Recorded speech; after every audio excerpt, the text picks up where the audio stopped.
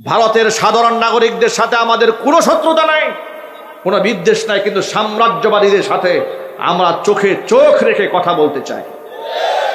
ওরা আমাদেরকে ছোট্ট দেশের নাগরিক মনে করে, আমাদেরকে অবহেলা করে, কথায় কথায় বলে বর্ডার বন্ধ করে দেবে, ভিসা বন্ধ করে দেবে, মেডিকেল বন্ধ করে দেবে, চিকিৎসা নিতে দিবে না। আমরা তোদের দেশে চিকিৎসা না নিলে তোদের দেশের ডাক্তাররা রাস্তাঘাটে ভিক্ষা করে খাবে।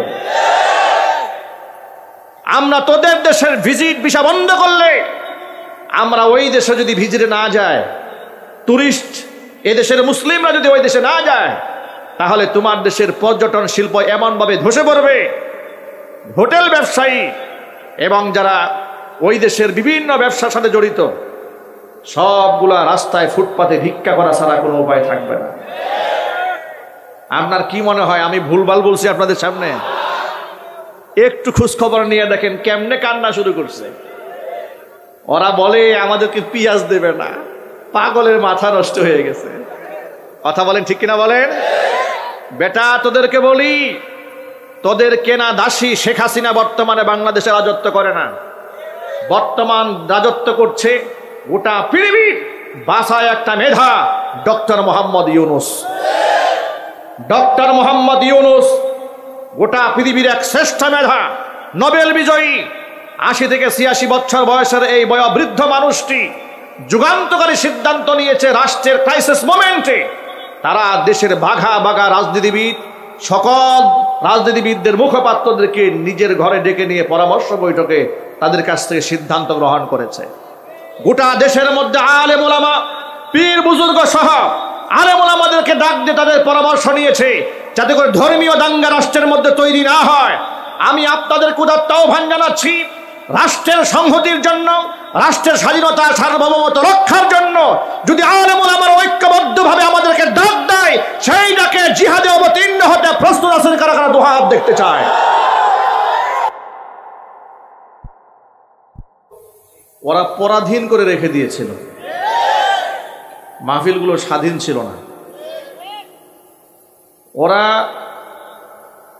হারাম খেতে খেতে, ক্ষুধাদ্রোহিতা করতে করতে, নাফরমানি করতে করতে ঈমান নষ্ট হওয়ার কারণে এমন লাজ লজ্জাহীন ছিল, এদের সামান্য ন্যূনতম কমন সেন্স, জেনারেল নলেজ, একেবারে স্বাভাবিক বাচ্চারাও যেটা বুঝে, এরা এত বেশি দাম্ভিক এবং অহংকারী হয়ে উঠেছিল যে ন্যূনতম লজ্জাবোধ বলতে যা বুঝায় সেটাও এদের মধ্যে ন্যূনতম ছিল না। যার ধরুন হাজার হাজার মানুষের সামনে এসে মাইক ধরে বক্তাকে শাসাতে সাহস পেত। ওরা মনে মনে চিন্তা করত, বক্তাকে শাসন করলে আমার অসুবিধা কি? থানা পুলিশ তো এগুলো আমাদের কেনা গোলাম, আমরা যা বলবো প্রশাসন তাই করবে। এটাই ছিল ওদের চিন্তা চেতনা। আর ওদের কথা মতো রাষ্ট্রের প্রশাসনের ঊর্ধ্বতন কর্মকর্তারা চলে। আজকে চিন্তা ভাবনা করে দেখেন সেই প্রশাসনের লোকদের উপর এই দেশের মানুষের কি পরিমাণ ঘৃণা, কি পরিমাণ বিদ্বেষ সৃষ্টি হয়েছে আপনারা কি আন্দাজ করতে পারেন? ওরা আসলিয়াতে মানুষদেরকে পুড়িয়ে হত্যা করেছে। বিনিময়ে কি হয়েছে দেখেন, বিনিময়ে এরা কি হয়েছে, সিরাজগঞ্জের থানা সহ পুলিশ টুলিশ যা আছে সব জিন্দা পুরাই দিয়েছে। মানুষের রাগ, গুসা, ক্ষোভ, ঘৃণা এদের উপর এইভাবে তৈরি হয়েছে। এদের কর্মের ফসল এগুলো।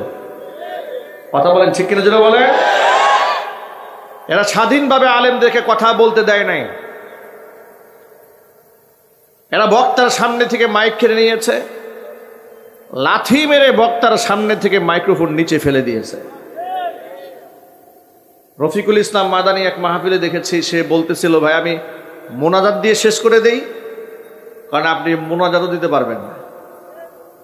তাকে মোনাজাত পর্যন্ত দিতে দেওয়া হয়নি, স্ট্যান্ড তার সামনে থেকে নিয়ে ছুঁড়ে ঢিল মেরে ফেলে দিয়েছে। দাম্ভিক, অহংকারী। এই জন্য আমি আমার ভাষায় কি বলি জানেন? অনেকেই শেখ হাসিনাকে বলে নমরুদ, কেউ বলে কারুন, কেউ বলে ফেরাউন, কেউ বলে হামান, কেউ বলে লেডি ফেরাউন। এক একজনে এক একটা বলে। অথচ আমি কি বলে জানেন, আমি আমার ভাষায় বলি যে আপনারা কেন এই সমস্ত কারণ হামানের সাথে এই লোকের তুলনা করে আপনি তাকে ছোট করেন? সে তো আরো অনেক উপরে। কথা বলেন না কেন ভাই? কারুনের ইতিহাসে এতগুলো আলেম হত্যার ইতিহাস আছে? নমরুদের ইতিহাসে এতগুলো আলেমকে আয়না ঘরে ঢুকাবার ইতিহাস আছে? হামানের ইতিহাসে এতগুলো আলেমদেরকে পায়ে ডান্ডা বেরি পরাবার ইতিহাস আছে? কিন্তু শেখ হাসিনার আমলে এতগুলো ইতিহাস আছে। এই জন্য আমার ভাষা আরেকটু শক্ত করে বলি, 100 ফেরাউন, 100 নমরুদ, 100 কারুন, 100 আবু জেহেল আগুন দিয়ে পুরাইলে একটা শেখ হাসিনা তৈরি হয়। মনে রাখবেন যুবকেরা, ভয়ের কোনো কারণ নাই। রক্ত দিয়ে দেশ আমরা স্বাধীন করেছি। আমার তরুণেরা এই তাজা রক্ত ঢেলে দিয়েছে জমিনে। এই দেশ আর কোনোদিন ভারতের দাবিদারি করবে না। তারা তো আমাদেরকে গোলাম বানিয়ে রেখে দিয়েছিল। স্টেজে ওঠার আগে আমাদেরকে প্রেসক্রিপশন দিত, আগে আমরা কোন কথা বলবো আর কোন কথা বলতে পারবো না। মাহফিলে যাওয়ার আগে আমাদের কাছ থেকে থানা থেকে আইডি কার্ড জমা নেওয়া হতো, যেন আমরা ভুলভাল বক্তব্য দিয়া, মানে ওদের মনের মতো যদি না হয়, আমাদের নামে গায়েবী মামলা দিতে যেন কোনো অসুবিধা না হয়, আমাদের আইডি কার্ডটা ওরা সংগ্রহ করেছে। আমাদের মসজিদগুলাকে, মসজিদে আকসার মধ্যে যেমন ইহুদিরা নৈরাজ্য করে, ওরা পুলিশ দিয়ে আমাদের মসজিদগুলোর মধ্যে সেভাবে নৈরাজ্যতা সৃষ্টি করে দিয়েছে। বাইতুল মুকাররমে নামাজরত মুসল্লিদেরকে আসরের সময় গুলি করে অসংখ্য মুসল্লিদেরকে তারা শহীদ করে দিয়েছে। নরেন্দ্র মোদীকে দেশে আগমনকে কেন্দ্র করে বুটবাজার সেন্ট্রাল জামে মসজিদ, যেখানে আমি জুমার খুতবা দেই, পুরা মসজিদ পুলিশ দিয়ে ঘেরাও দিয়েছে। জুমার সময় সিঁড়ি দিয়ে উঠছি, এক পুলিশ কর্মকর্তাকে জিজ্ঞেস করলাম, কি ব্যাপার, এত পুলিশ কেন মসজিদে? বলে, হুজুর আপনাদেরকে নিরাপত্তা দেওয়ার জন্য আসছে। আমি অবাক হয়ে গেলাম, কি আশ্চর্য ব্যাপার। একদিক থেকে যে বাসায় আমি ভাড়া থাকতাম সেই বাসায় গিয়ে এরা বলতেছে, মাদানী সাহেব যদি এই এলাকায় আসে, বাসায় ঢোকে, বাড়িওয়ালাকে শাসন করেছে, আপনি কিন্তু মামলা খাবেন, উনি যেন বাসায় ঢুকতে না পারে। একদিক থেকে আমার বাসায় গিয়ে বাড়িওয়ালাকে হুমকি দেয় বাসায় যেন ঢুকতে না পারে, আরেক দিক থেকে মসজিদে এসে আমাকে নাকি নিরাপত্তা দান করে। কথা বুঝতে পেরেছে? এরা এইভাবে আমাদের উপর জুলুম করেছে, নির্যাতন করেছে। এরপর আমরা মাহফিলে যদি একটু কথা বলি, অনেক লোকেরা বলে, হুজুর এগুলো আর কত বলেন। মনে রাখবেন, ফেরাউন এবং নমরুদের ব্যাপারে আল্লাহ তাআলা আয়াত নাজিল করে কোরআন শরীফে লিখে দিয়েছেন, কারণ এরা এমন স্বৈরাচারী, এমন জালেম যে পৃথিবীর ইতিহাসে কিয়ামত পর্যন্ত প্রত্যেকটা মানুষ এদেরকে জালেম হিসেবে চিনবে। আল্লাহ পাকের আয়াত নাজিল শেষ হয়ে গেছে, ওহী আর পৃথিবীতে আসবে না, হাদিসও নাজিল হবে না, কোরআনে আয়াতও নাজিল হবে না। কিন্তু এই সমস্ত নব্য ফেরাউন এবং নব্য আবু জেহেলদেরকে স্মরণীয় করে রাখতে হবে। তাদেরকে আমরা স্মরণীয় করে রাখবো আমাদের ওয়াজের প্যান্ডেলে। আমরা তাদের নাম ধরে ধরে তাদের কুকীর্তিগুলো জাতির সামনে উপস্থাপন করব, যাতে করে আগামী 100 বছরের মধ্যে আর দ্বিতীয় কোনো হাসিনা তৈরি না।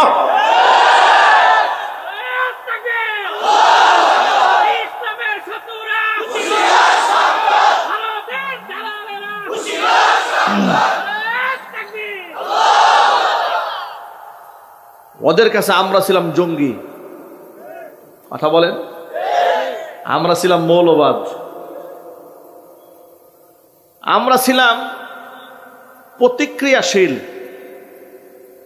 আমরা ছিলাম পাকিস্তানের পেটাত্তা। ওদের ভাষায় আমাদেরকে ওরা বলতো আমরা নাকি স্বাধীনতার দুশ্মন, ৭১-এর চেতনার দুশ্মন। ওরাই হচ্ছে ৭১ প্রেমী, স্বাধীনতার সপক্ষের শক্তি, আর আমরা হলাম পাকিস্তানের লোক। এগুলো আমাদেরকে বলেছে, কি বলে নাই? ওই যে মন্ত্রী ছিল আব্দুর রাজ্জাক, বলে নাই যে হেফাজতি জঙ্গি পাকিস্তানের পেটাত্তা। রাত 2টার পরে শাপলা চত্বরে পিটাইয়া এমন ভাবে খালি করেছি, জুতা স্যান্ডেল ছাড়া কিছু ছিল না। এইভাবে কথা বলে আলেমদের সাথে দৃষ্টতাপূর্ণ কথাবার্তা বলে বেয়াদবি করে নাই? আমাদেরকে ওরা পাকিস্তানের প্যাটার্নটা বলেছে আলেম ওলামাদেরকে। আচ্ছা, আমি আপনাদেরকে অত্যন্ত বিনয়ের সাথে একটা প্রশ্ন করব। এই দেশের আলেমরা জেল খেটেছে, জরিমানা দিয়েছে, মাজলুম হয়েছে, ফাঁসির মঞ্চে পর্যন্ত উঠেছে। কোন আলেম কোনদিন কি পাকিস্তানে আশ্রয় নিয়েছে? আরো জোরে বলুন। পাকিস্তান আশ্রয় দেয়নি, এরা কেউ পাকিস্তান গিয়ে আশ্রয় নেয়নি। তাহলে কি প্রমাণ হলো? যারা আমাদেরকে পাকিস্তানের দোসর বলেছে ওরা হচ্ছে শতাব্দীর শ্রেষ্ঠ মিথ্যাবাদী। কিন্তু এটা তো আমাদের সামনে খুব আজহারুবিনা শামস, সূর্যের আলোর স্পষ্ট হয়েছে। যারা আমাদেরকে পাকিস্তানের দোসর বলেছে ওরা ভারতের মোদির পা চাটা কেনা গোলাম।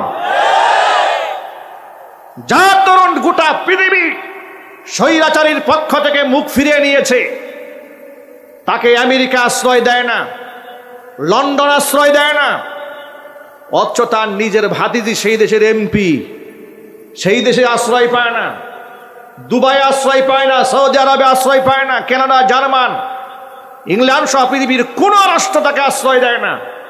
কারণ এত বড় স্বৈরাচারী খুনি, তারা মনে মনে ভাবে এই ফেরাউনটা আমার দেশে জায়গা দিলে আল্লাহর রহমত থেকে আমরা বঞ্চিত হয়ে যাব। কথা বলেন ঠিক না? জোরে বলেন। আর তাকে আমাদের এই রাষ্ট্রের শত্রু গণহত্যাকারীকে ভারত তার কোলে আশ্রয় দিয়ে প্রকারান্তরে তারা প্রকাশ্যে দেশের মানুষের সাথে যুদ্ধের ঘোষণা দিয়েছে। ভারতের সাধারণ নাগরিকদের সাথে আমাদের কোনো শত্রুতা নাই, কোনো বিদ্বেষ নাই, কিন্তু সাম্রাজ্যবাদীদের সাথে আমরা চোখে চোখ রেখে কথা বলতে চাই। ওরা আমাদেরকে ছোট্ট দেশের নাগরিক মনে করে, আমাদেরকে অবহেলা করে, কথায় কথায় বলে বর্ডার বন্ধ করে দেবে, ভিসা বন্ধ করে দেবে, মেডিকেল বন্ধ করে দেবে, চিকিৎসা নিতে দিবে না। আমরা তোদের দেশে চিকিৎসা না নিলে তোদের দেশের ডাক্তাররা রাস্তাঘাটে ভিক্ষা করে খাবে। আমরা তোদের দেশের ভিজিট ভিসা বন্ধ করলে আমরা ওই দেশে যদি ভিজিটে না যায়, টুরিস্ট এদেশের মুসলিমরা যদি ওই দেশে না যায়, তাহলে তোমার দেশের পর্যটন শিল্প এমনভাবে ধসে পড়বে, হোটেল ব্যবসায়ী এবং যারা ওই দেশের বিভিন্ন ব্যবসার সাথে জড়িত সবগুলা রাস্তায় ফুটপাতে ভিক্ষা করা ছাড়া কোনো উপায় থাকবে না। আপনার কি মনে হয় আমি ভুলভাল বলছি আপনাদের সামনে? একটু খোঁজ খবর নিয়ে দেখেন কেমনে কান্না শুরু করছে। ওরা বলে আমাদেরকে পিঁয়াজ দেবে না, পাগলের মাথা নষ্ট হয়ে গেছে। কথা বলেন ঠিক কিনা বলেন? বেটা তোদেরকে বলি, তোদের কেনা দাসী শেখ হাসিনা বর্তমানে বাংলাদেশে রাজত্ব করে না, বর্তমান রাজত্ব করছে গোটা পৃথিবীর বাসায় একটা মেধা, ডক্টর মোহাম্মদ ইউনুস। ডক্টর মোহাম্মদ ইউনুস গোটা পৃথিবীর এক শ্রেষ্ঠ মেধা, নোবেল বিজয়ী। ৮০ থেকে ৮৬ বছর বয়সের এই বয়োবৃদ্ধ মানুষটি যুগান্তকারী সিদ্ধান্ত নিয়েছে রাষ্ট্রের ক্রাইসিস মোমেন্টে তারা দেশের বাঘা বাঘা রাজনীতিবিদ, সকল রাজনীতিবিদদের মুখপাত্রদেরকে নিজের ঘরে ডেকে নিয়ে পরামর্শ বৈঠকে তাদের কাছ থেকে সিদ্ধান্ত গ্রহণ করেছে। গোটা দেশের মধ্যে আলেম ওলামা, পীর বুজুর্গ সহ আলেম ওলামাদেরকে ডাক দিয়ে তাদের পরামর্শ নিয়েছে যাতে করে ধর্মীয় দাঙ্গা রাষ্ট্রের মধ্যে তৈরি না হয়। আমি আপনাদের উদাত্ত আহ্বান জানাচ্ছি, রাষ্ট্রের সংহতির জন্য, রাষ্ট্রের স্বাধীনতা সার্বভৌমত্ব রক্ষার জন্য যদি আলেম ওলামারা ঐক্যবদ্ধভাবে আমাদেরকে ডাক দেয়, সেই ডাকে জিহাদে অবতীর্ণ হতে প্রস্তুত আছেন কারা কারা? দুই হাত দেখতে চায়।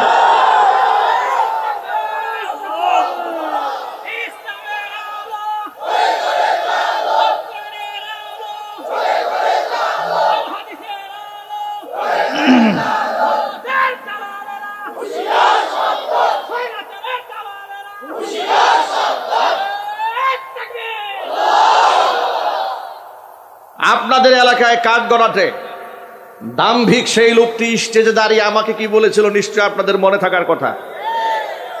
সেই মাহফিলে অনেকেই ছিলেন আপনারা, ঠিক কিনা বলেন? দাঁড়িয়ে মাইক নিয়ে বলেছিল কোন জায়গায় পর্দা করলো, কে পর্দা না করলো এগুলা ওয়াজে বলে লাভ নাই। কথা বলে না কেন? এগুলা ওয়াজে বলে লাভ নাই। যদি কিছু বলতে মনে চায় আলাদা স্টেজ করে গিয়া বলেন। এই দাম্ভিকতাপূর্ণ শব্দ সে উচ্চারণ করেছিল। ওরা মনে করেছিল ধরাকে সরা জ্ঞান করেছিল, মনে করেছে দিন আর বদলাবে না। কিন্তু কোরআন বলেছে ওয়াতিলকাল আইয়ামু নুদাবিলুহা বাইনান নাস, দিন তো আল্লাহর হাতে, পরিবর্তন তো আল্লাহই করে দেন। এখান থেকে পৃথিবীর সমস্ত জালেমদেরকে শিক্ষা গ্রহণ করা উচিত। বর্তমান যারা ক্ষমতায় আছে কিংবা ভবিষ্যতে যারা ক্ষমতায় যাবে, তাদের শুভবুদ্ধির উদয় হতে হবে। অন্তত পক্ষে 90 থেকে 95% মুসলিম অধ্যুষিত এই সোনার বাংলাদেশে আলেম ওলামাদের সাথে দুশ্মনী করে রাষ্ট্রে টিকে থাকা যাবে না। আগামীতে রাষ্ট্র গঠন হবে এদেশের ধর্মীয় সেন্টিমেন্টকে কাজে লাগিয়ে, এদেশের ইসলাম এবং মুসলমানদের সংস্কৃতি এটাকে প্রাধান্য দিয়ে, এর মৌলিকত্বকে প্রাধান্য দিয়ে, এমনকি সংবিধান রচিত হবে আল্লাহর কোরআন এবং সুন্নাহর মৌলিকত্বের বিশ্বাসের উপর ভিত্তি করে। এমন কুফুরি যত বক্তব্য সংবিধানে আছে সব বাতিল করা হবে, বলেন ইনশাআল্লাহ। আপনারা কি প্রস্তুত আছেন, না মনে এখনো কোনো ভয় আছে? তবে আপনাদেরকে বলে দেই, এক জালেম গিয়েছে, বাংলাদেশে আর কোনো জালেম আমরা তৈরি হতে দেব না। ওই জালেম জুলুম করেছে ভারতের দালালি করে, আবার কেউ যদি ভারতের দালালি করতে চায় তাহলে তাকেও দাঁত ভাঙ্গা জবাব দিতে আপনার প্রস্তুত আছেন কিনা দুহাত দেখতে চায়। মনে রাখবেন, এই বাংলাদেশ ইনশাল্লাহ আর কোনোদিন ভারতের পদলেহন করে চলবে না। ভারত আমাদের প্রতিবেশী, তাদের সাথে আমার প্রতিবেশী সুলভ আচরণ হবে, তাদের সাথে আমার ন্যায্যতার ভিত্তিতে তাদের সাথে সম্পর্ক থাকবে। সে আমাকে কেনা দাসীর মতো আমার রাষ্ট্রকে ব্যবহার করবে, আর আমরা দাসীর মতো ইউজ হব, এটা ইনশাল্লাহ এদেশে মাটিতে আর হবে না। আল্লাহ রাব্বুল আলামিন আমাদের সকলকে ঐক্যবদ্ধ হওয়ার তৌফিক দান করেন। সকলে চিৎকার দিয়ে বলেন আল্লাহুম্মা আমিন। আলহামদুলিল্লাহ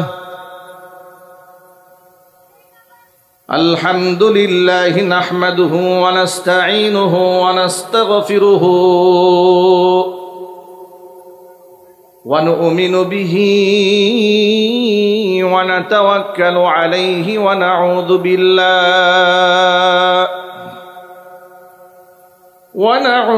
বিল্লাহি মিন শুরুরি আনফুসিনা ওয়া মিন سيئات أعمالنا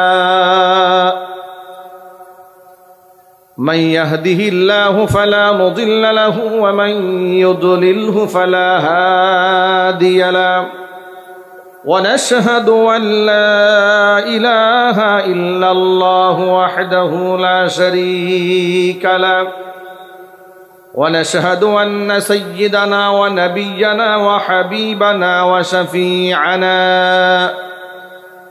ومولانا محمدا عبده ورسوله الذي أرسله بالحق بشيرا ونذيرا وداعيا إلى الله بإذنه وسراجا منيرا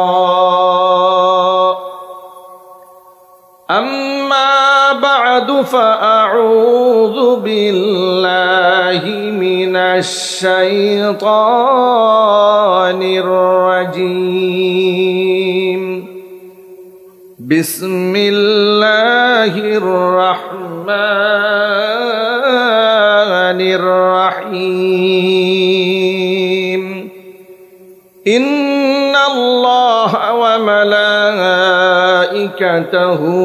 يصلون على النبي يا أيها الذين آمنوا صلوا عليه وسلموا تسليما اللهم صل على محمد وعلى آل محمد كما صليت على إبراهيم وعلى آل إبراهيم إنك حميد مجيد اللهم بارك على محمد وعلى آل محمد كما باركت على إبراهيم وعلى آل إبراهيم ইন্নাকা হামিদুম মাজিদ। মোহাব্বতে প্রাণ খুলে সকলে মিলে কিছুক্ষণ জিকির করেন লা ইলাহা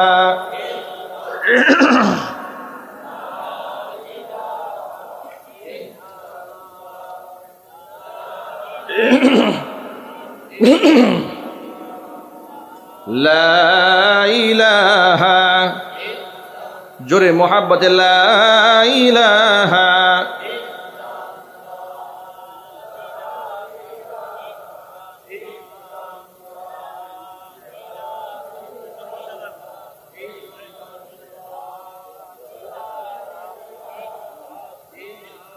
লা ইলাহা ইল্লাল্লাহ লা ইলাহা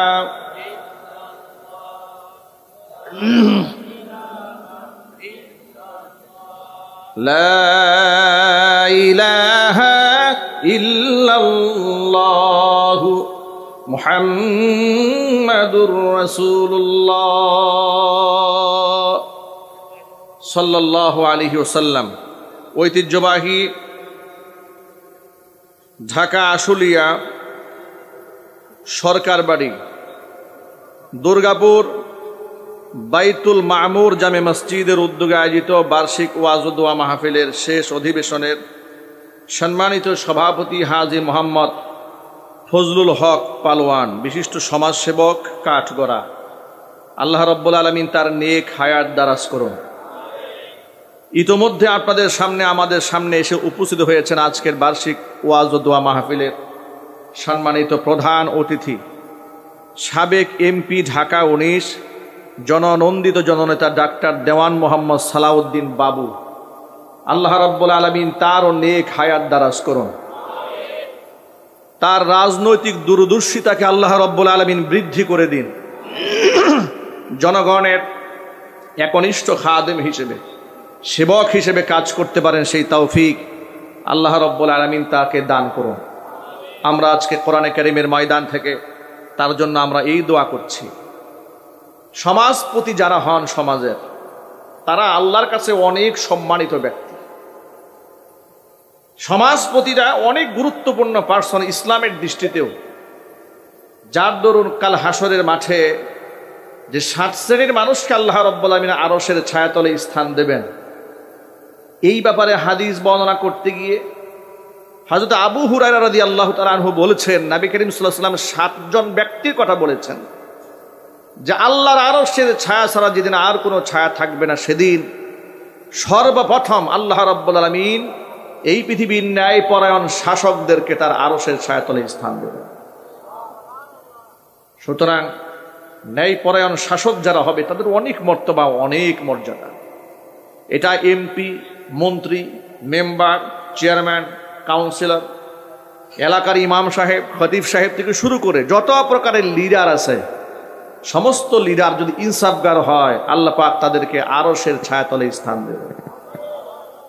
আমরা আজকের মাহফিলের প্রধান অতিথির জন্য আল্লাহর কাছে এই দোয়াই করি, আল্লাহ পাক যেন তাকে একজন আদেল, ন্যায়পরায়ণ, ইনসাফগার একজন দেশের সেবক হিসেবে কবুল করে নেন। যুবক ভাইরা, গোটা দেহের মধ্যে মাথার ভূমিকা যেমন একটা রাষ্ট্রের জন্য একজন রাষ্ট্রনায়কের ভূমিকা ঠিক তেমন। মাথা যদি নষ্ট হয়, গোটা দেহের কোনো মূল্য থাকে না। কথা বলতে হবে, ঠিক কিনা বলে? বিগত 16 বছর এদেশের দেহে কোনো কাপড় চোপড় ছিল না। এই কাপড় চোপড় না থাকার কারণ মাথা ঠিক নাই। কথা জোরে বলতে হবে, ঠিক কিনা বলে? মাথা যদি ঠিক না থাকে তাহলে কি লুঙ্গি আছে না নাই দেখবে কে? পাবনাতে মাহফিল করতে গিয়েছি হেমায়েতপুরে, যেখানে পাবনা পাগলা গারদ আছে, মেন্টাল হসপিটাল। কর্তৃপক্ষকে বললাম, ছোটবেলায় টেলিভিশনে দেখতাম যে পাগলরা বেঁধেরা রাখা হয়েছে, তারা নানান ধরনের গান বাজনা করতেছে, নানা রকম করছে। তো খুব স্বপ্ন, যেহেতু পাবনা একেবারে মেন্টাল হসপিটালের পাশে মাহফিল, আমাদেরকে যদি একটু ঘুরায় দেখাতেন ভিতরে পাগলরা কি করে দেখতাম। নিয়ে গেছে। নিয়ে যাওয়ার পরে বেশি উচ্ছৃঙ্খলা যারা, তাদের ক্যাবিনে আমাদেরকে নেয়নি। যারা মোটামুটি সুস্থ, তাদেরকে আমাদের সামনে এনেছে। রুমে গিয়েছি, বসেছি। তা আমাকে দেখে পাগলরা অনেকে সালাম দেওয়া শুরু করেছে। এক পাগল সালাম দিয়ে বলে, হুজুর আমি কিন্তু আপনার ওয়াজের খুব ভক্ত। আমি শুনে হতবাক হয়ে গেছি, পাগল কি ব্যাপারে এই কথা বললো কেন? বলে, হুজুর আমি পাগল না, মাথায় একটু সমস্যা আর কি। আমি বললাম, বাড়ি কোথায়? বলে, বাড়ি কক্সবাজারে। তো এখানে কেন আসছেন? আমার বাপ মামাকে দিয়ে গেছে। আমি কিন্তু পুরো ভালো, মাথায় একটু সমস্যা, কিছুদিন আগে আসছে, আমি ভালোই ছিলাম। এরপরে আরেকজন পাগল বসছে, কয় হুজুর আপনাকে একটা গজল শোনাই। আচ্ছা শোনান। এবার খুব সুন্দর গজল গাওয়া শুরু করেছে। এই গজল গাওয়ার ফাঁক দিয়ে আরেকজনে এরকম চুলকাতে চুলকাতে লুঙ্গি খুলে ফেলছে। এখন যিনি তাদের খেদমত করেন, ডক্টর যিনি, উনি বলছে, বেটা লুঙ্গি ঠিক করতে। মানে পাগল, যে আগেই তো বলেছি, এখানে যদি প্রবলেম হয়, লুঙ্গি কি থাকলো না গেল, এর কোনো ঠিক নাই। বিগত 16 বছরে যিনি ক্ষমতায় এই মসনদটাকে জোর করে ভারতের তাবিদারি করে গ্রহণ করে বসেছিলেন, ওনারও একটু মাথায় সমস্যা ছিল, যার জন্য দেহে লুঙ্গি আছে না নাই টের পাওয়া যায় না। কত বড় উন্মাদ হলে এতগুলো মানুষ হত্যা করার পরেও মন কাঁদে না। আমরা মনে মনে আশা করেছিলাম যে অন্তত পক্ষে তাদের মধ্যে একটা আফসোস তৈরি হতো, এতগুলো মানুষ, নিরীহ মানুষকে আমরা এইভাবে হত্যা করেছি, এতজন মানুষদেরকে আমরা বিনা অপরাধে জেল খাটিয়েছি, নির্মমভাবে কারারুদ্ধ করে রেখে দিয়েছি। আমাকে 2018 সালের 8ই ফেব্রুয়ারি গাজীপুর জেলার একেবারে কারাগারের পেছনে লক্ষ্মীপুরা গ্রাম, মাহফিল বয়ান করছি, এরকম ভর মজলিসে আমাকে স্লিপ দিয়ে নামিয়েছে। নামানোর পরে গাড়িতে উঠেছি, গাড়ির সামনে পুলিশের গাড়ি, পেছনে ডিবির গাড়ি আটকে দিয়েছে। ড্রাইভারকে বলে আপনি নামেন। পুলিশ আমার ড্রাইভিং সিটে বসেছে, আমি গাড়ির পেছনের সিটে বসা, দুপাশে 2 পুলিশ বসেছে। জিজ্ঞেস করলাম, ভাই কোথায় নিয়ে যাচ্ছেন আমাকে? বলে, কোনো কথা বলবেন না, থানায় নিয়ে যাচ্ছি। আমি বললাম, থানায় নিয়ে যাচ্ছেন, আমার অপরাধটা একটু জানতে পারি? তিনি বললেন, অপরাধ কি আছে জানি না, উপরের নির্দেশ। নিয়ে গেল থানায়, জয়দেবপুর থানায়, সদর থানাতে নিয়ে গেল। রাত তখন আনুমানিক 12টা বাজে, প্রচন্ড শীত, 8ই ফেব্রুয়ারি 2018। থানার ওসি সাহেবের সাথে কথা বলতে চাইলাম যে আমি কি জন্য আসলাম, কেন আমাকে আনা হলো, আমি যদি অপরাধও করে থাকি অন্তত পক্ষে আমার জানার অধিকার আছে না নাই? কেউ কথা বলে না। ওসি সাহেব সামনে আসে না। ওসি সাহেবের নাম ছিল আমিনুল ইসলাম। আমি বললাম যে তাকে বলেন যে হুজুর বারবার রিকোয়েস্ট করছে আপনার সাথে 1 মিনিট কথা বলবেন। অনেক রিকোয়েস্টের পরে উনি সামনে আসলেন। তারাও তো মানুষ, তারাও খুব লজ্জাবোধ করতেছিলেন যে আসলে কি বলবে আমাকে। সামনে আসলেন, চেহারা দেখে তো চেনে আগে থেকে। বলে, হুজুর ইউটিউবে আপনার বয়ান শুনেন, একটু চা খান, বিস্কিট খান। চা বিস্কুট দিয়েছে। আমার মুখ দিয়ে কি চা বিস্কিট যায়? চা বিস্কুট দিয়েছে, খেলাম। জিজ্ঞেস করলাম, ভাই বলে বললাম, ভাই আমাকে কেন নিয়ে আসছেন মাহফিল থেকে বলতে পারেন? বলে, হুজুর আপনাকে যে কেন আনা হলো এটা তো আমি জানি না, থানার ওসিও জানে না কেন নিয়ে আসছে। কয় সব উপরের নির্দেশ। আচ্ছা, উপরের নির্দেশ। এরপরে গারদের মধ্যে ঢুকলাম, সারা রাত কাটালাম, অনেক লম্বা ইতিহাস। সেখানে দেখলাম বিএনপির বড় এক নেতা, কিন্তু তাকে আমি চিনতাম না, তিনিও আমাকে চিনেন না। নাম হাসান উদ্দিন সরকার, টঙ্গিবাড়ি। তিনি সাবেক এমপি ছিলেন, এরপরে তিনি ডিস্ট্রিক্ট চেয়ারম্যান ছিলেন, প্রভাবশালী নেতা বিএনপির। তো মুরব্বী মানুষ, হুইল চেয়ারে করে চলে। ওই সময় প্রচণ্ড শীত। উনি ঢুকার পরে অনেক লোকেরা কাঁথা কম্বল টম্বল দিয়ে গেছে গারদে। আমার তো কিছু দেওয়া হয় না ওখানে। আমার পরিবার কেউ তখন জানে না যে আমি ধরা পড়ে গেছি। উনি আসলেন, ওনাকে আমি জিজ্ঞেস করলাম, চাচা আমি না হয় জোয়ান মানুষ, আমাকে ধরছে, আপনারও ধরছে কেন? আপনি কি রাজনীতি করেন নাকি? তুমি আমার কথা শুনে অবাক হয়ে আমার দিকে তাকিয়ে বলছে, আচ্ছা আপনি কি আমাকে চেনেন না? আমি বললাম না। আমার নাম হাসান উদ্দিন সরকার, আমার বাড়ি টঙ্গী। তখনও খুব একটা ভালো করে চেনা হচ্ছে, তখন মনে হচ্ছে নামটা শুনেছে। তখন আমি বললাম হ্যাঁ, হাসান সরকার নামক একজন লোকের নাম শুনেছে। আসলে ওনারা তাদের যখন যৌবন ছিল রাজনীতির মাঠে, তখন তো আমরা নান্না মুন্না বাচ্চা ছিলাম, ছোট ছিলাম, চিনতাম না। উনি আমাকে পরিচয় দিলেন। এরপরে আমি আমার পরিচয় দিয়ে বললাম আমি বোটবাজার কেন্দ্রীয় মসজিদের খতিব, আমাকে ওয়াজ মাহফিল থেকে ধরে নিয়ে আসছে। পরে আমাকে সান্ত্বনা দিয়ে বাবা বলে বললেন, বাবা ধৈর্য ধরো, ইনশাআল্লাহ এর সুফল পাবে। রাতের বেলায় দেখেন কেউ কাউকে চিনি না, জীবনের প্রথম সাক্ষাৎ আমাদের থানা গারদে, উনিও চেনে না আমিও চিনি না। সারা রাত উনি তাহাজ্জুদের নামাজে কাটাই দিলেন, আর আমি ক্লান্ত পরিশ্রান্ত, উনি আমাকে ওনার বিছানাটা দিয়ে দিলেন, আমি শুয়ে পড়লাম। ওয়াজ করে আসছি খুব ক্লান্ত, তাহাজ্জুদের সময় আবার উঠলাম, উঠার পরে গিয়ে দেখি উনি ওয়াশরুমে যাবে, গারদের ভেতরে ছোট্ট ওয়াশরুম ঢুকিয়ে দেওয়া হলো, উনি ভিতরে ঢুকলেন, ঢোকার পরে ওয়াশরুম সারলেন, ফ্রেশ হলেন, ইস্তেঞ্জা করলেন, কিন্তু ওখান থেকে যে সোজা হয়ে দাঁড়াবেন তিনি দাঁড়াতে পারছিলেন না। খুব মায়া লাগলো, বয়োবৃদ্ধ মানুষ, আমি আমার বাবার বয়সের, তাকে আমি নিজের কাঁধে ভর করে তাকে সোজা করে দাঁড় করালাম, সেবা করলাম, খেদমত করলাম, ভালো লাগলো। তার এই যে নামাজ পড়েছে, জিকির আজকার করেছে, তার প্রতি একটা শ্রদ্ধা তৈরি হলো। সকালবেলা আমাদেরকে হাতের মধ্যে হ্যান্ডক্যাপ করাইয়া গরুর রশি দিয়ে বাঁধছে। কিসের রশি? ভ্যান থেকে নামাচ্ছে, হাতের মধ্যে গরুর রশি দিয়ে বাঁধছে, বেঁধে আমাকে ম্যাজিস্ট্রেট কোর্টে আদালতে তুলেছে, ওনাকেও তুলেছে, একসাথে এক সিরিয়ালে সবগুলাকে বাঁধছে রশি দিয়ে। 7 জনকে সিরিয়ালে বেঁধেছে, যে 7 জন অ্যারেস্ট হয়েছে 7 জনকে সিরিয়ালে বেঁধেছে। এরপরে আদালতে দাঁড়ায় দেখি মামলার মধ্যে লেখা, টঙ্গীতে কোনো এক গোপন বৈঠকে দেশের মধ্যে অস্থিরতা তৈরি করার জন্য আমরা রাজনৈতিক গোপন মিটিংয়ে ছিলাম। সেই মিটিংয়ের 1-150 মানুষ ছিল, পুলিশ যখন ধাওয়া দিছে সব পালায় গেছে, আমরা 5-7 জন দৌড়ে পালাইতে পারি নাই। এর মধ্যে আমার পকেটে ছিল 16টা ককটেল বোমা।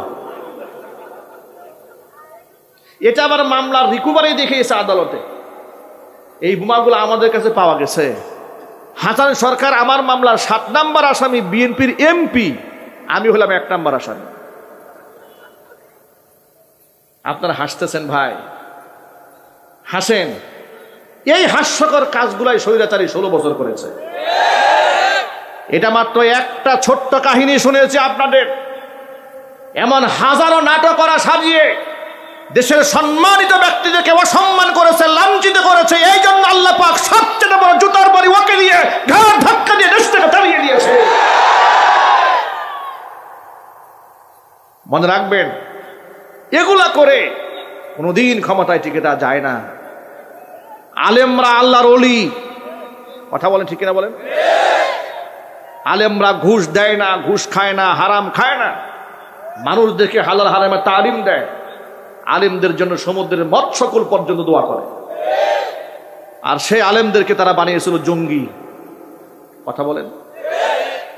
এই দেশে আলেম ওলামাদেরকে তারা যে পরিমাণ কষ্ট দিয়েছে, কোনো সন্ত্রাসী, কোনো গুন্ডা, কোনো মাস্তান, কোনো ধর্ষককেও তার 100 ভাগের 1 ভাগ নির্যাতন তারা করে না।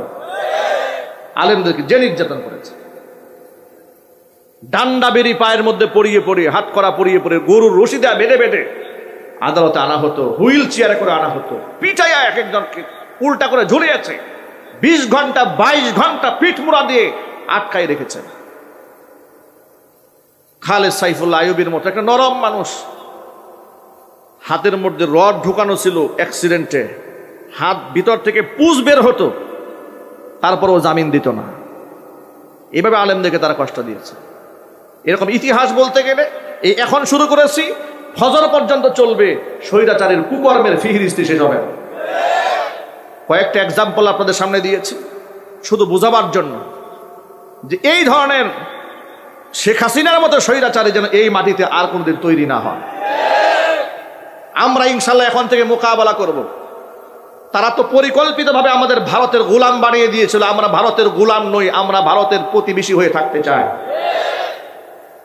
আমরা ন্যায্যতার ভিত্তিতে, ভারত এমন একটি রাষ্ট্র যার সাথে সীমানা ঘেঁষা বর্ডার আছে, এমন কোন রাষ্ট্রের সাথে তাদের সম্পর্ক ভালো নয়। শ্রীলঙ্কার সাথে তাদের সম্পর্ক খারাপ, নেপালের সাথে সম্পর্ক খারাপ, পাকিস্তানের সাথে সম্পর্ক খারাপ, চায়নার সাথে সম্পর্ক খারাপ। বাংলাদেশের মতো ছোট্ট একটা রাষ্ট্র, এ তো মোহাব্বতের সাথে আগলায় রাখার দরকার ছিল। কথা বলে না কেন? কেন আগলায় রাখবে? কারণ এটা হচ্ছে ওদের ব্যবসায়িক জোন। ওদের দেশের পেঁয়াজ যদি আমরা না খাই, ওরা তো না খায় মরবে, ঠিক না বলেন? আগলায় রাখার দরকার ছিল না, এটা করবে না, একেবারে দাসীর মতো ব্যবহার করতে চায়। মনে রেখো, স্বৈরাচারীকে আমরা মোকাবেলা করেছি, তোমরা সাহায্য করে তোমাদের দেশ থেকে ফোর্স পাঠিয়েও তোমরা স্বৈরাচারীকে টেকাতে পারো নাই। সুতরাং তোমরা আজকের পর থেকে আর কোনোদিন এই মাটিতে কোনো স্বৈরাচার তৈরি করতে পারবে না। এই জাতি ঐক্যবদ্ধ আছে, আপনারা ঐক্যবদ্ধ আছেন কিনা? কারা কারা ঐক্যবদ্ধ আছেন দুহাত দেখতে চায়। আল্লাহ রাব্বুল আলামিন ইসলামের শত্রুরা হুঁশিয়ার সাবধান, মুসলমানের শত্রুরা হুঁশিয়ার সাবধান, বাংলার শত্রুরা হুঁশিয়ার সাবধান। তাকবীর। আল্লাহ পাক আমাদের ঐক্যবদ্ধ বানায় দেন, জোরে করে আমিন। আজকের মাহফিলের প্রধান অতিথি মাননীয় ডক্টর দেওয়ান মোহাম্মদ সালাউদ্দিন বাবু সাহেব, তিনি এসেছেন। তিনি যদি সংক্ষিপ্ত কথা বলে বিদায় হতে চান তাহলে তার প্রতি আমার কোনো আপত্তি নেই। শুনবেন? আলহামদুলিল্লাহ। আচ্ছা ঠিক আছে, ইনশাআল্লাহ। আল্লাহ কবুল করেন, জোরে করে আমিন। প্রিয় ভাইরা আমার, কোরআনের মাহফিলের সব কথা আমাদের জানা দরকার, শোনা দরকার, হাসি মুখে মানা দরকার। আমরা সব সময় এ কথা আমাদের অন্তরের মধ্যে রাখা উচিত, আমরা আল্লাহর গোলাম। কার গোলাম? আরো জোরে বলুন। গোলামের কি মনিবের উপর কোনো অভিযোগ থাকে? চিৎকার দিয়ে বলেন। কোনো এক্সকিউজ চলে? চলে না। কোরআন মাজিদ আল্লাহ পাক বলেন, ওয়ামা কানা লিমুমিনিন ওয়ালা মুমিনাতিন ইযা কাদাল্লাহু ওয়া রাসূলুহু আমরা আন ইয়াকুনা লাহুমুল খিয়ারাতু মিন আমরিহিম ومن يعص الله ورسوله فقد ضل ضلالا مبينا। সূরা আহজাবে আল্লাহ পাকের ঘোষণা, আমি আল্লাহ এবং আমার রাসূল যদি কোনো ব্যাপারে কোনো সিদ্ধান্ত দিয়ে ফেলে, আমার সিদ্ধান্তকৃত এবং আমার রাসূলের সিদ্ধান্তকৃত কোনো বিষয়ের মধ্যে পৃথিবীর কোনো মুমিন মুসলমান নিজের পক্ষ থেকে ইন্টারফিয়ার করতে পারবে না, নিজস্ব মন্তব্য আমার সিদ্ধান্তের উপরে চাপিয়ে দিতে পারবে না। মাইয়াসিল্লাহ ওয়া রাসূলহু, যে ব্যক্তি আমি আল্লাহ এবং আমার রাসূলের সিদ্ধান্তকে যারা বয়কট করবে, অবাধ্য যারা হয়ে যাবে, ফাকাদ দাল্লা দালালাম মুবিনা, নিশ্চয়ই সেই ব্যক্তি সুস্পষ্ট গোমরা হয়ে যাবে। এই জন্য আল্লাহর দেওয়া যত বিধান হাসি মুখে মানার দরকার আছে না নাই? আরো জোরে বলেন। কিন্তু আফসোস এবং পরিতাপ, মুসলমানের সমাজে আমরা সব কথা বলতে পারি নাই। নামাজের কথা বললে অনেকেই খুশি হতো, রোজার কথা বললেও খুশি হতো, কিন্তু রাহমাতুল লিল আলামিন এই পৃথিবী শাসন ব্যবস্থার মধ্যে যে সমস্ত বিধিবিধান রেখে গিয়েছেন, ওই সমস্ত আহকামাতের কথা জাতির সামনে উচ্চারণ করলে অনেকেই নারাজ হয়ে যেত। গোটা দেশের মধ্যে যত চোর আছে, যত ডাকাত আছে, যত জেনাকার লম্পট আছে, চোর ডাকাত জেনাকার লম্পট থেকে যদি জাতিকে মুক্তির রাস্তা দেখাতে হয়, কসম আল্লাহ, রাষ্ট্রের বুদ্ধিজীবীদের কাছ থেকে বুদ্ধি নিয়ে রাষ্ট্র পরিচালনা করলে কাজ হবে না, সমাধান খুঁজতে হবে আল্লাহ রাব্বুল আলামিনের কোরআন থেকেই। ধর্ষণ মুক্ত সমাজ আমরা সকলেই চাই, জেনা মুক্ত সমাজ আমরা সকলেই চাই, কিন্তু ফর্মুলা আমাদের জানা নাই। ঠিক কিনা বলেন?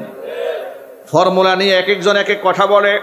কিছু কিছু বুদ্ধিজীবীরা বলে বেশ্যালয়ের স্বাধীনতা দেওয়া দরকার, যদি দেওয়া হয়, তাদেরকে যদি লাইসেন্স দেওয়া হয়, তাহলে যাদের চরিত্র খারাপ তারা সেখানে গিয়ে তাদের কাজকর্ম সেরে আসবে, সমাজের মধ্যে অন্য নারীরা আর নির্যাতিত হবে না।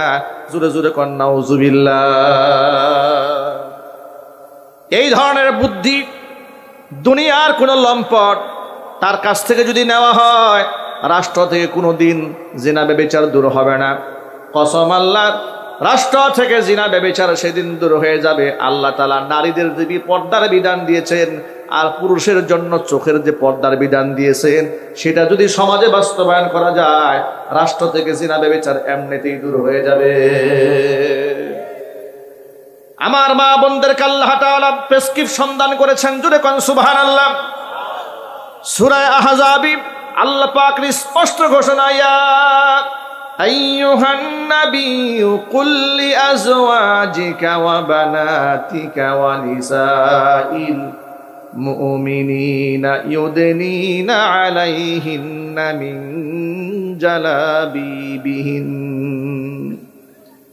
যালিকা আদনা أن يعرفن فلا يؤذين وكان الله غفورا رحيما নবীজি কুল লিআজওয়াজিকা আপনি আপনার স্ত্রীদেরকে বলে দিন ওয়া বানাতিকা আপনার কন্যাদেরকে বলে দিন ওয়া নিসাইল মুমিনিনা মুমিনদের স্ত্রীদেরকে আপনি বলে দিন ইউদিনিনা আলাইহিন্না মিন জালাবিবিহিন্না প্রয়োজনে তারা যখন ঘরের বাহিরে যাবে তারা যেন একটা জিলবাব দিয়ে গোটা দেহটা আবৃত করে নিয়ে যায়। জিলবাব এক বচন, জালাবিবুন বহু বচন। জিলবাব মানে হচ্ছে এমন একটা চাদর, এমন একটা ওড়না যেটা তার মাথার উপর দিলে গোটা চেহারাটা দেহটা সম্পূর্ণ আবৃত হয়ে যায়, শুধুমাত্র চক্ষু ছাড়া। এভাবে যদি মেয়েরা রাস্তায় চলতে পারে, আল্লাহ বলছেন যালিকা আদনা আইয়ুরাফনা, তারা যে একটা মুসলিম সম্ভ্রান্ত রমণী এটা চেনা সহজ হয়ে যাবে। ফালা ইউযায়না, এদেরকে উত্ত্যক্ত করা হবে না, বিরক্ত করা হবে না। ওয়া কানা আল্লাহু গফুরার রহিমা, নিশ্চয় আমি আল্লাহ রাব্বুল আমিন ক্ষমাশীল অতীব দয়ালু। আমি আমার ভাষায় অনেক সময় বলি, প্রবাদে আছে, আমাকে একটি শিক্ষিত মা দাও, আমি তোমাকে শিক্ষিত জাতি উপহার দেব। এই কথাকে নকল করে আমি আমার ভাষায় বলি, আমাকে একটা পর্দাশীল মা দাও, আমি তোমাদেরকে ধর্ষণ মুক্ত সমাজ ব্যবস্থা উপহার দেব। কথা বলেন ঠিক কিনা বলেন? এই জন্য একদিক থেকে আমার মা বোনদেরকে যেমন ইসলামের ড্রেস কোডকে মানতে হবে, অপর দিক থেকে যুবক ভাই আমরা পুরুষ যারা আছি আমাদের চক্ষুকে পরনারী থেকে নিম্নগামী করে রাখতে হবে। উভয়কেই আল্লাহ তাআলা দিক নির্দেশনা দান করেছেন। এমন কথা বললে হবে না দেহ আমার, সিদ্ধান্ত আমার। এমন কথা বলা যাবে না আমার গায়ে জামা থাকবে বা না থাকবে এটা আমার ব্যক্তিগত ব্যাপার, আপনি দেখার কে বা বলার কে, এটা বলা যাবে না। কারণ দেহ আমার, সিদ্ধান্ত আমার, এটা কুফুরি কথা। দেহ আমার নয়, সিদ্ধান্ত আমার নয়, আমার দেহের মালিক কে? আমার সিদ্ধান্ত দেওয়ার মালিক কে? আল্লাহ পাক শুধু সিদ্ধান্ত দেবেন, আমি শুধু বাস্তবায়ন করব। আজকে সমাজ প্রেক্ষাপটে কথা আমাকে বলতে হচ্ছে, ১,৫০০ বছর আগে নবী করিম সাল্লাল্লাহু আলাইহি ওয়াসাল্লাম দুইটা শ্রেণীর ব্যাপারে ভবিষ্যৎবাণী করেছেন, একটা হচ্ছে পুরুষ আর একটা হচ্ছে নারী। আল্লাহর হাবিব বলেন, সিনফানি মিন আহলিন নারি লাম আরহুমা, জাহান্নামের দুইটা শ্রেণী যাদেরকে আমি নবীজি আমার জামানায় দেখিনি, তারা আমার জীবদ্দশায় পৃথিবীতে আগমন করবে না, কিয়ামতের আগে তারা দুনিয়াতে আসবে। এদের মধ্যে একটা শ্রেণী হচ্ছে পুরুষ আর একটা শ্রেণী হচ্ছে নারী। পুরুষ যেই শ্রেণী দুনিয়াতে আসবে সেটা হচ্ছে রিজালুম বিআইদিহিম সিয়াতুন কাআযনাবিল বাকারি ইয়াদরিবুনা বিহান নাস, এমন কিছু পুরুষরা দুনিয়াতে আসবে যাদের হাতে গরুর লেজের মতো লাঠি থাকবে, তারা অন্যায়ভাবে মানুষদেরকে প্রহার করবে। মুহাদ্দিসরা এই হাদিসের দুইটা ব্যাখ্যা করেছেন। একটা ব্যাখ্যার মতে বলেছেন এটা পৃথিবীর ওই সমস্ত দায়িত্বশীল প্রশাসনিক লোকেরা যারা বিনা অপরাধে অন্যায়ভাবে মানুষদের গায়ে হাত তুলে আসে না নাই। আরেকটা ব্যাখ্যা করে বলেছেন শুধু প্রশাসনের দায়িত্বশীল লোক নয়, পৃথিবীতে অসংখ্য যুবক এমন আসবে যারা অন্যের লাঠিয়াল বাহিনী হিসেবে ব্যবহৃত হবে, আছে না নাই? আরো যদি বলেন, লিডার তার মাথায় বাড়ি মারতে বলেছে বাড়ি দেবে, গাড়িতে আগুন ধরিয়ে দিতে বলেছে আগুন লাগাই দেবে, চিন্তাও করবে না কেন দিলাম, কার জন্য দিলাম।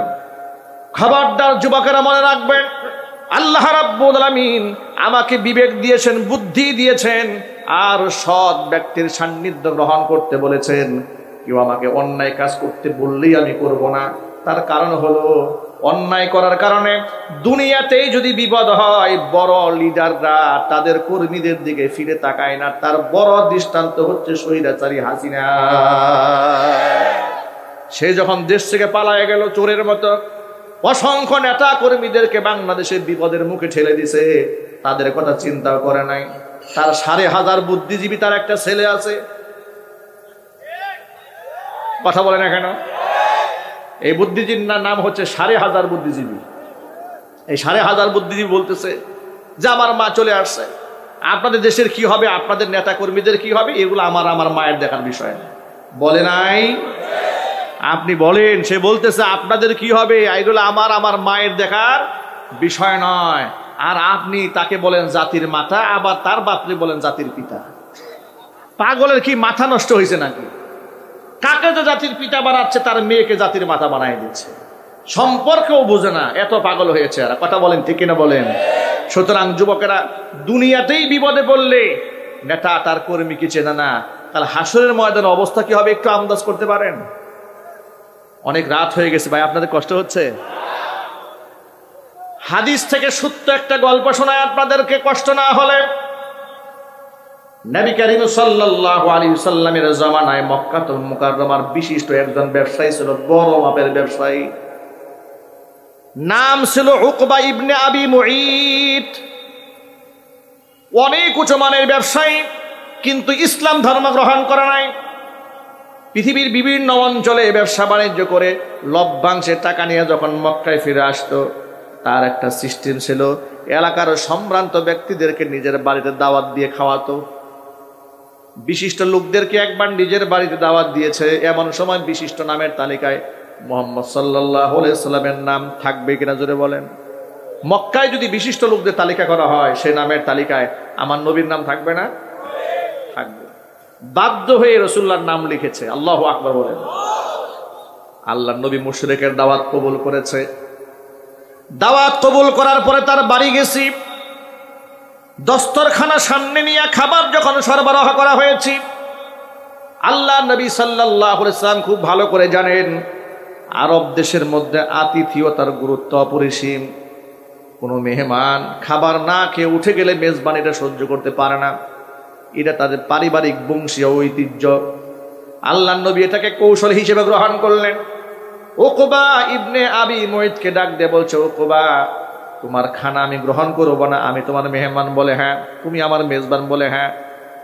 তুমি কি মেহমানের মন রক্ষা করবে বলে? নিশ্চয় করব, কেন নয়। আমার বাড়ির মেহমানকে কেন আমি সম্মান দেব না? তোমার খানা আমি গ্রহণ করব না যতক্ষণ তুমি কালেমা পড়ে মুসলমান না হবে। সুবহানাল্লাহ বলেন। কি একটা পেঁচ লাগছে দেখছেন? তিনি বলে ফেললেন, কালিমা গ্রহণ করার আগ পর্যন্ত আমি তোমার খাবার খাবো না। উকবা ইবনে আবি মুঈত বড় বিপদে পড়ে গেল। আমার বাড়ির মেহমান মুহাম্মদ সাল্লাল্লাহু আলাইহি ওয়াসাল্লাম আজকে না খেয়ে দস্তরখান থেকে উঠে যাবেন, এটা আমার জন্য মারাত্মক লজ্জা, এটা বড় মারাত্মক লজ্জার ব্যাপার।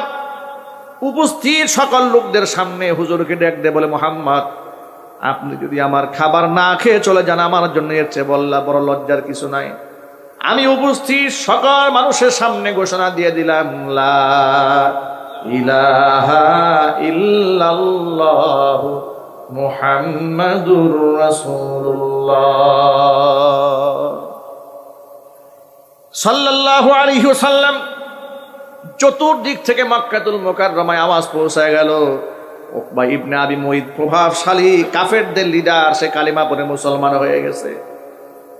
এই সংবাদটা চলে গেল। এই উকবার ছিল একজন ঘনিষ্ঠ বন্ধু, সাদিকুন হামিম, তার নাম ছিল উবাই ইবনে খালফ। সে ছিল মুহাম্মদ সাল্লাল্লাহু আলাইহি ওয়াসাল্লামের ঘোর বিরোধী, কিন্তু ওই মজলিসে সে যে কোনো কারণে থাকতে পারে নাই। তার কারণে যখন আওয়াজ গেল তোমার বন্ধু উকবা কালিমা পড়ে মুসলমান হয়েছে, এবার উবাই ইবনে খালফ উকবাকে ডাক দেয়া বলে, উকবা, কি শুনলাম তুমি নাকি ধর্মান্তরিত হয়েছো? বলে হ্যাঁ। কেন এই কাজটা করলে? বলে, মুহাম্মদ আমার বাড়ি মেহমান হয়েছে, আমি মেহমানের মন রক্ষার্থে বলেছি। উবাই ইবনে খালফ বলছে, উকবা খবরদার, আমার সাথে তোমার বন্ধুত্ব টিকে থাকবে, এটা তুমি চাও? বলে, আমি নিশ্চয়ই চাই। যদি চাও তাহলে আজকের এই মুহূর্তে মুহাম্মদ সাল্লাল্লাহু আলাইহি ওয়াসাল্লামের বাড়ি যাবে, তার কাছে গিয়ে তার কালিমা তার কাছে প্রত্যাখ্যান করবে এবং তার মুখের মধ্যে থুতু নিক্ষেপ করবে। ঘৃণার সাথে নাউজুবিল্লাহ। উকবা ইবনে আবি মুঈতের কপাল খারাপ। উবাই ইবনে খালফের সাথে বন্ধুত্ব ঠিক রাখার জন্য প্রস্তাবে রাজি হয়ে গেল। সে বলল, বন্ধু, তুমি যদি আমার প্রতি সন্তুষ্ট থাকতে চাও, এই কাজ করলে আমি এই কাজটাই করব। কত বড় কপাল পুরা! আল্লাহ তাআলা হেদায়েতের রাস্তা দেখিয়ে দিয়েছিলেন, কিন্তু বন্ধুর কারণে হেদায়েত ছেড়ে দিচ্ছে। আল্লাহর হাবিবের সামনে এলেন, হুজুরের মুখের মধ্যে থুতু নিক্ষেপ করে বলছেন, মুহাম্মদ, তোমার ধর্ম, তোমার কালেমা আমি তোমারে ফিরাইয়ে দিয়ে গেলাম। এই জঘন্য কাজটি নবীজির সাথে সে করেছে। আল্লাহর নবীকে ব্যক্তিগতভাবে কেউ যদি আঘাত করতো, নবীজি কোনোদিন প্রতিশোধ গ্রহণ করেন নাই, তার জন্য বদদুয়া পর্যন্ত করে নাই। কিন্তু ইসলামের সাথে, কোরআনের স্বার্থে কোনো ব্যক্তি বেয়াদবি করলে তার ব্যাপারে আল্লাহর নবী কখনো ছাড় দেন নাই। কালিমার সাথে সে বেয়াদবি করেছে, আল্লাহর নবী সাল্লাল্লাহু আলাইহি ওয়াসাল্লাম তার ব্যাপারে ভবিষ্যৎবাণী করেছেন, সেদিন বেশি দূরে নয়, অত্যন্ত লাঞ্ছিত অপমানিত হয়ে তোমার দেহ পড়ে থাকবে এক জায়গায়, তোমার কল্লা পড়ে থাকবে আরেক জায়গায়। এই কথাটা বলার পরে উকবা ইবনে আবি মুইত ভয় পেয়ে গেছে, বাড়িতে এসেছে। সে বলল, মুহাম্মদ সাল্লাল্লাহু আলাইহি ওয়াসাল্লাম তার মুখ থেকে জীবনে যা একবার উচ্চারিত হয় তা কোনদিন মিথ্যা হতে পারে না। অনেক লম্বা ইতিহাস। এরপর আল্লাহ নবী সাল্লাল্লাহু আলাইহি ওয়াসাল্লাম হিজরত করে মক্কা ছেড়ে মদিনায় চলে গেছেন। মদিনা থেকে বদর প্রান্তে আসলেন 313 জন নিয়ে। মক্কাতুল মুকাররমা থেকে তাদেরকে মোকাবেলা করার জন্য 1000 সশস্ত্র বাহিনী আসতেছে। মক্কা থেকে যে কাফেলা আসতেছে সেই কাফেলার মধ্যে ওই সেই উকবা, মুহাম্মদ সাল্লাল্লাহু আলাইহি ওয়াসাল্লাম যার ব্যাপারে ভবিষ্যৎবাণী করেছিলেন, অল্প কিছুদিনের ব্যবধানে আল্লাহ তাআলা তোকে লাঞ্ছিত অপমানিত করে দুনিয়া থেকে জিল্লতের সাথে বিদায় করবে। দেহ থাকবে এক জায়গায়, মাথা থাকবে আরেক জায়গায়। উকবাকে তার এলাকার লোকেরা ডেকে বলছে, উকবা চলো বদর প্রান্তরে যায়। উকবা বলছে, না, বদরে আমি যাব না। উকবাকে বলা হলো চলো বদরে যায়, বলে না, বদরে আমি যাব না। কেন যাবে না? তুমি কি মুসলমানদের ভয় পাও নাকি? ওরা মাত্র 313 জন, নিরস্ত্র, 1000 সশস্ত্র, ভয়ের কোনো কারণ নাই। উকবা বলছে, না, আমি যাব না। আমার মনের মধ্যে আশঙ্কায় একটাই, মুহাম্মদের কথা মিথ্যা হতে পারে না। সুবহানাল্লাহ, জোরে কোন আল্লাহু আকবার। যুবক ভাইয়ের আমার, এরপরে এলাকার লোকেরা বলল, যদি না যাও তাহলে হাতের মধ্যে চুরি পরে ঘরের মধ্যে বসে থাকো। লজ্জা অপমান সহ্য করতে না পেরে বাধ্য হয়ে মনের ইচ্ছার বিরুদ্ধে সে বদর প্রান্তরে চলে গেল। এরপরে বদর প্রান্তরে আল্লাহ রাব্বুল আলামিন মুসলমানদেরকে দারুণভাবে ফেরেশতা দিয়ে সাহায্য করলেন। এমন ভাবে সাহায্য করলেন, কোরআন মাজিদ আল্লাহ পাক বলেছেন, ওয়ালাকাদ নাসারাকুমুল্লাহু বিবাদরিন ওয়া আনতুম আদিল্লা। বদর প্রান্তরে আমি আল্লাহ তাআলা তোমাদেরকে সাহায্য করেছিলাম, অথচ তোমরা ছিলে একেবারে নিরস্ত্র, দুর্বল। ফেরেশতা দিয়া কাতারে কাতারে ফেরেশতা পাঠিয়ে তোমাদেরকে আমি সাহায্য করেছি। জোরে বলেন সুবহানাল্লাহ। কসম আল্লাহর, এই পৃথিবীতে মুসলমান কোনোদিন সংখ্যা দিয়া বিজয় লাভ করে নাই। মুসলমান যত জায়গায় বিজয় লাভ করেছে, ইমানি বলেই বিজয় লাভ করেছে। ঠিক কিনা বলেন? এই জন্য মুসলমানেরা সংখ্যা নিয়ে কোনোদিন চিন্তা করে না। ইমান যদি মজবুত থাকে, বিজয় কে দেবেন? আল্লাহ আমাদের বিজয় দেবেন। সেই জিহাদের ময়দানে উকবা ইবনে আবি মুইতকে সাহাবায়ে কেরাম টুকরা করে ফেললেন। তার মাথার অংশ নিয়ে চুলের মধ্যে ধরে হুজুরের সামনে উপস্থাপন করলেন, হে রাসূল, এই যে আপনার সেই দুশমন, দুনিয়া থেকে বিদায় হয়ে গেল জিল্লতির সাথী। সূরা ফুরকানের মধ্যে 19 নম্বর পারার হিফজ কোরআনের প্রথম পৃষ্ঠার মধ্যে আল্লাহ পাক এই ব্যাপারে কোরআন শরীফের আয়াত নাযিল করেছেন। আল্লাহ বলেছেন, কিয়ামতের দিন এই জালেম আফসোস করে কি বলবে শোনো। وَيَوْمَ يَعَضُّ الظَّالِمُ عَلَى يَدَيْهِ يَقُولُ يَا لَيْتَنِي اتَّخَذْتُ مَعَ الرَّسُولِ سَبِيلًا يَا وَيْلَتَى لَيْتَنِي لَمْ أَتَّخِذْ فُلَانًا خَلِيلًا لقد أضلني عن الذكر بعد إذ جاءني وكان الشيطان للإنسان خذولا। এই জালেম নিজের হাতের চামড়া নিজে কামড়াবে, নিজে দাঁত দিয়া দুহাতকে কামড়াবে, আল বলবে, ইয়া ওয়াইলাতা লাইতানি লাম আত্তাখিদ ফুলানান খালিলা, আরে অমুক বন্ধু না বানাইতাম, যদি আমি রসুলের সাথে পথটা ধরতাম, তার সাথেই যদি আমি চলতাম। লাকাদ আদাল্লানি আনিদ যিকরি বাদা ইয জাআনি, আমার কাছে হেদায়েত আসার পরে আমার বন্ধু আমার গুমরা বানিয়ে দিয়েছে। ও যুবক ভাইরা আমার, সাবধান, এই দুনিয়ার অসংখ্য বন্ধু আছে আপনাকে জাহান্নামের পথে ডাকে। ঠিক কিনা বলেন? অনেক নেতা আছে কর্মীদেরকে জাহান্নামের দিকে ঠেলে নিয়ে যায়, কথা বলতে হবে, ঠিক কিনা? আবার অনেক নেতা আছে কর্মীদেরকে জান্নাতের দিকে ডাকে। নেতা নিজেও নামাজ পড়ে, কর্মীদেরকেও নামাজের সময় মাঠে নিয়ে মসজিদে গিয়ে নামাজ আদায় করে, আছে না নাই? আরো জোরে বলতে হবে, আছে না নাই? এই জন্য নামাজি ব্যক্তিকে নেতা বানাতে হবে এবং অবশ্যই একজন মুসলমানদের সবচেয়ে বড় পরিচয় নামাজের সাথে দূরত্ব রাখার কোনো অবকাশ নাই।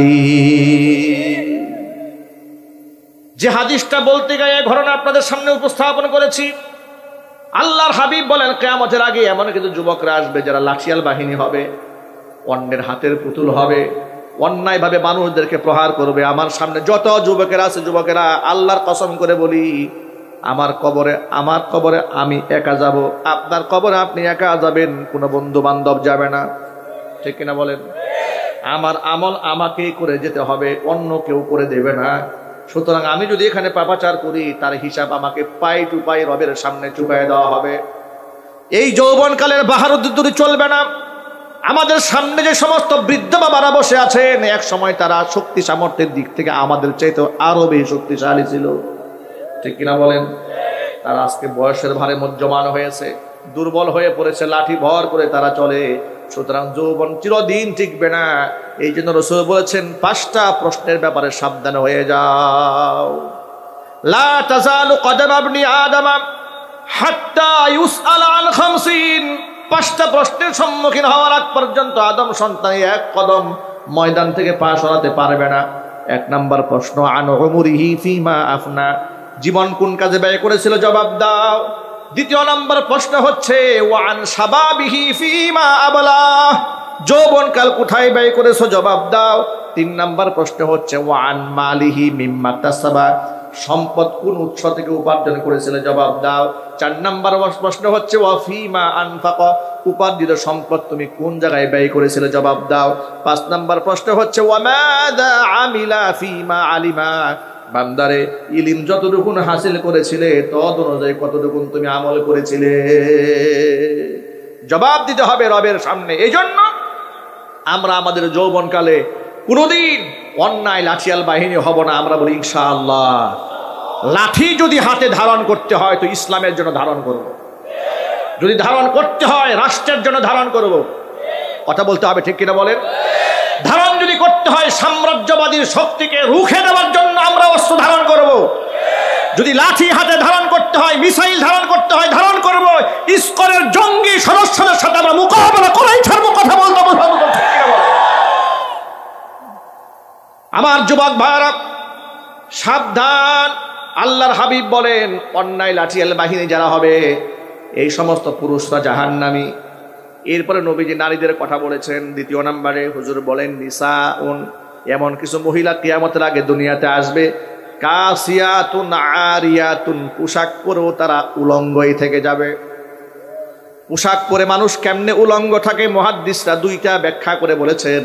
পোশাক পরে উলঙ্গ থাকার 1 নাম্বার ব্যাখ্যা হলো এত পাতলা ফিলফিল জামা পরেছে, অঙ্গ প্রত্যঙ্গ বাহির থেকে দেখা যায়, আছে না নাই?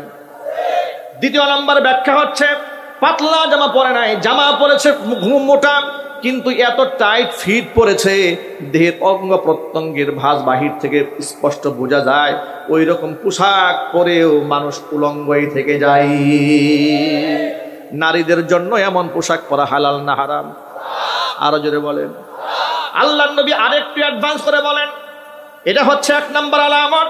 তাদের 2 নাম্বার আলামত হচ্ছে মুমিলাতুন মাইলাতুন, পর পুরুষকে তারা নিজের প্রতি আকৃষ্ট করবে, তারা নিজেরাও পর পুরুষের দিকে আকৃষ্ট হয়ে যাবে। রুউসুহুন্না কাআসনিমাতিল বুখতিল মাইলাহ, পর পুরুষের প্রতি নিজেদেরকে কেমনে আকৃষ্ট করতে হয়, পর পুরুষদেরকে নিজের প্রতি কিভাবে আকৃষ্ট করতে হয়, এর ব্যাখ্যা তো আপনাদের সামনে দেওয়ার আমার কোনো দরকার নাই। Facebook, YouTube, WhatsApp, Viber, Likee account আছে না নাই? জোরে বলেন। মেয়েরা একেবারে সেজে গুজে টিকটক ভিডিও বানাচ্ছে, সেলিব্রিটি সাজার চেষ্টা করতেছে, এমনকি কাপল ব্লগ করে, নাম দিয়েছে কাপল ব্লগ, স্বামী স্ত্রীর আভ্যন্তরীণ ভালোবাসার মুহূর্তগুলো ভিডিও ধারণ করে জনসম্মুখে প্রকাশ করতেছে। আস্তাগফিরুল্লাহ, লা হাওলা ওয়ালা কুওয়াতা ইল্লা বিল্লাহ। মনে রেখো যুবকেরা, নিজের বউয়ের সাথে একান্ত সময় কাটাবার হাসি তামাশার সেই সময়গুলোকে ভিডিও ধারণ করে পরপুরুষের সামনে যারা প্রচার করে পয়সা ইনকাম করো, এইরকম পয়সা ইনকাম করা আর দৌলত দিয়া পরিতালয়ের মধ্যে বউকে পাঠাইয়া ইনকাম করা এক সমান কথা, কোনো পার্থক্য নেই। কেন এই সমস্ত অন্যায়গুলো করছো? আমার মাঝে মাঝে জানতে ইচ্ছে করছে, নিজের কাছে বিবেকে বাঁধে যারা এগুলো করে, এদের কি কোনো মা নাই, বাবা নাই, গার্জিয়ান নাই, স্বামী নাই, ভাই নাই, এদের কন্ট্রোল করার কেউ নাই? অনেক যুবকের আবার কি করে, বউয়ের ছবি ফেসবুকে দেয়, ফেসবুকে দিয়া বলে, প্রিয় বন্ধুগণ, আপনাদের নতুন ভাবি, মন খুলে একটু দোয়া করে যাবেন। আছে না নাই? কি পাগল পাগলামি কথাবার্তা! আপনি যে হাজার পুরুষের সামনে যে বউর ছবিটা প্রকাশ করলেন, আপনি কি এই ব্যাপারে নিশ্চিত যে আপনার স্ত্রীর দিকে সবাই রহমতের নজরে তাকাবে? কথা একটু জোরে বলেন না। ভালোবাসার নজরে তাকাবে? কোন নজরে তাকাবে না? চোখের জিনা তারা করবে না? তাদের মনের মধ্যে যত প্রকার বাজে কল্পনা আসবে, এটা যদি আপনি উপলব্ধি করতে পারতেন, হ্যাঁ, আপনার মধ্যে সেই উপলব্ধি আসতো যদি আপনার মধ্যে ব্যক্তিত্ব থাকতো। কথা বলেন ঠিক কিনা? ব্যক্তিত্বহীন মানুষের তো লজ্জা নাই, শরম নাই। মায়ের ছবি আমরা কারো কোনো পরপুরুষের সামনে প্রকাশ করব না, ইনশাল্লাহ। বলেন মনে থাকবে তো ইনশাল্লাহ? আল্লাহ যেন কবুল করেন, জোরে করে আমিন। এরপরে মা বোনদেরকে বলছে, মায়েরা বলেন সাবধান হয়ে যান, পরপুরুষের সামনে নিজেকে সাজিয়ে গুজিয়ে উপস্থাপন করার কোনো দরকার নেই। আপনি সাজবেন আপনার স্বামীর জন্য। সুবহানাল্লাহ কোন? আপনি সেজে গুজে স্বামীর সামনে উপস্থাপিত হবেন, আপনার স্বামী আপনার চেহারা দেখে তার দিল ঠান্ডা হয়েছে, চক্ষু জুড়িয়ে গেছে, আপনার আমলনামার মধ্যে সৎকার সওয়াব লিখিত হয়ে যাবে।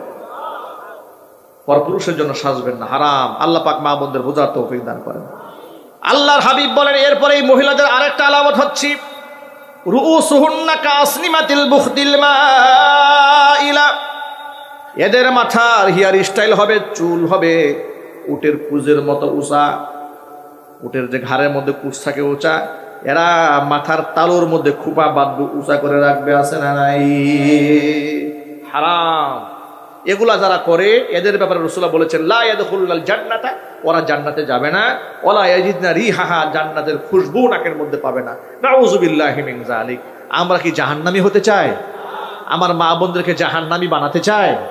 আমরা জান্নাতে যেতে চাই, আল্লাহর নবীর শাফাআত পেতে চাই। রাজি আছেন কারা কারা? দুহাত দেখতে চাই। আল্লাহ যারা হাত তুলেছে, আল্লাহ প্রত্যেককেই তোমার হাবিবের শাফাআত ওয়াজিব বানায়া দাও। আল্লাহ প্রত্যেককে হাউজে কাউসার পান করার তৌফিক দান করো। আল্লাহ দিনের পথে চলা আমাদের সকলের জন্য সহজ বানায়া দাও। দিনের কথা বলা আমাদের জন্য সহজ বানিয়ে দাও। যারা আল্লাহর পথে চলে,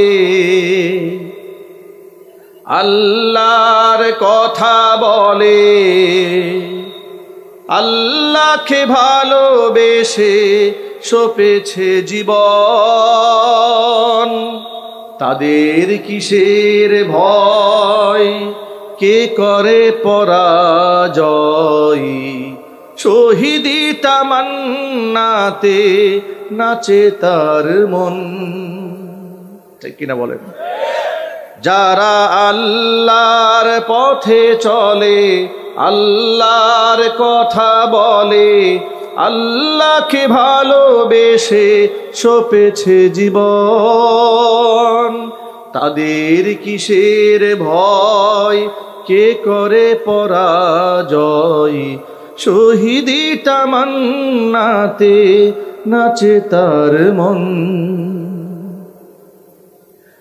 হাসনা হিনার গ্রানে ভুলে না হৃদয় তার, কালিমার মিশক মাখা হৃদয় রয়েছে যার।